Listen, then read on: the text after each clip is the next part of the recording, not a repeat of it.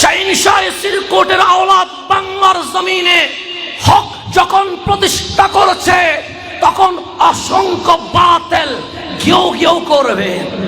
ওই কেউ কেউ দেখার সময় নাই আমাদের। বিশ্ব বিজয় আমাদের হাতে করতে হবে, কারণ ইমাম মাহাদির ফৌজের নাম গাউসিয়া কমিটি বাংলাদেশ। ইমাম মাহাদি আসবে, এতে কোনো সন্দেহ আছে? বুখারী থেকে নিয়ে আজ পর্যন্ত সকল হাদিসের কিতাবে মানাকিবের মধ্যে ইমাম মাহাদির কথা আছে। আল্লাহর রাসূল বলেন, আল মাহদিয়ু মিন ইতরাতি মিন ওয়ালাদি ফাতিমাতা। তোমরা যেই মাহাদির জন্য অপেক্ষা করছো, ইন্তজার করছো, এই মাহাদি তোমাদের কোনো পরিবারে আসবে না।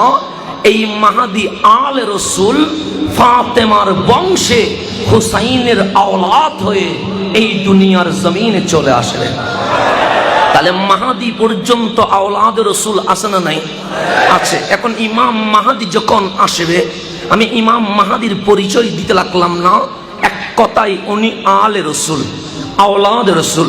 ইমাম মাহাদি যখন আসবে, বায়াত যখন শুরু করবে, তখন ঈসা আলাইহিস সালামের নুজুল তথা চতুর্থ আসমান থেকে আগমন হবে।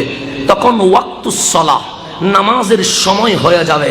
একদিকে ঈসা আলাইহিস সালাম, আর একদিকে ইমাম মাহাদি। এখন ইমামতি করবে কে?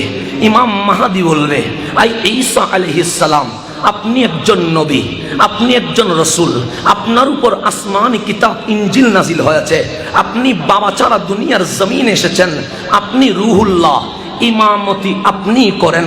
তখন ঈসা আলাইহিস সালাম বলবে, নবী বলবেন না, রাসূল বলবেন না, নবী রাসূলের পরিচয় দিতে চায় না।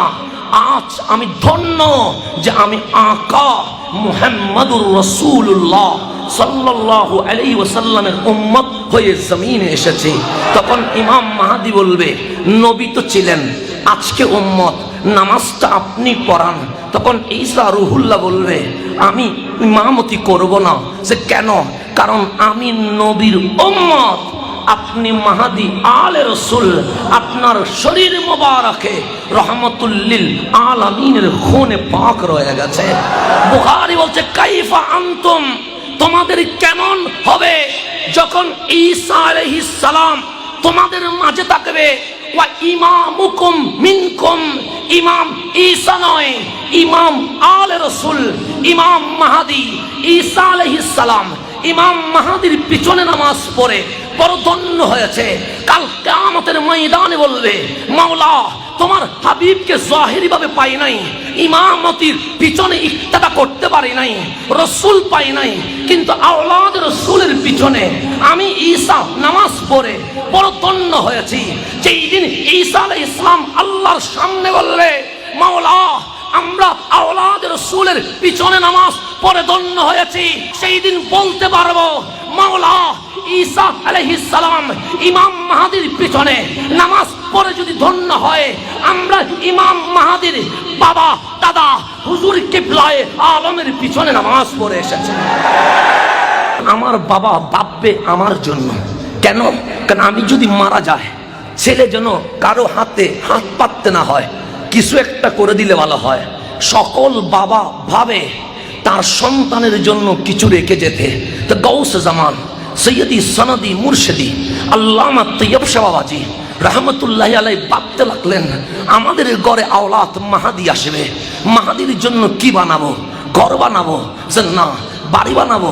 যে না। ফ্যাক্টরি বানাবো? যে না। কেন? যে মাহাদির হাতে ইসলামের বিজয়ের পতাকা তুলতে হবে। মাহাদির ঘর লাগবে না, বাড়ি লাগবে না, ফ্যাক্টরি লাগবে না, মাহাদির বড় সৈনিকের প্রয়োজন। তাই গাউসে জামান গাউসিয়া কমিটি দিয়ে আজ বর্তমানে এই গাউসিয়া কমিটিকে ইমাম মাহাদির ফৌজ বানিয়ে দিয়েছে।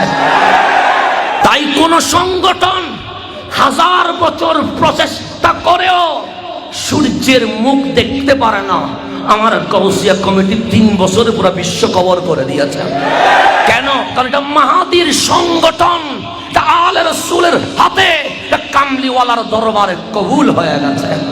তাই হিংসুকরা হিংসা করো, কুকুর চিল্লা, পিছনে তাকানোর কোনো সুযোগ কি পেলেন কি পেলেন না, হিসাব এখানে নয়, হিসাব কামলিওয়ালার সামনে ইনশাআল্লাহ পয়েন্টে পয়েন্টে বুঝে নেওয়া হবে।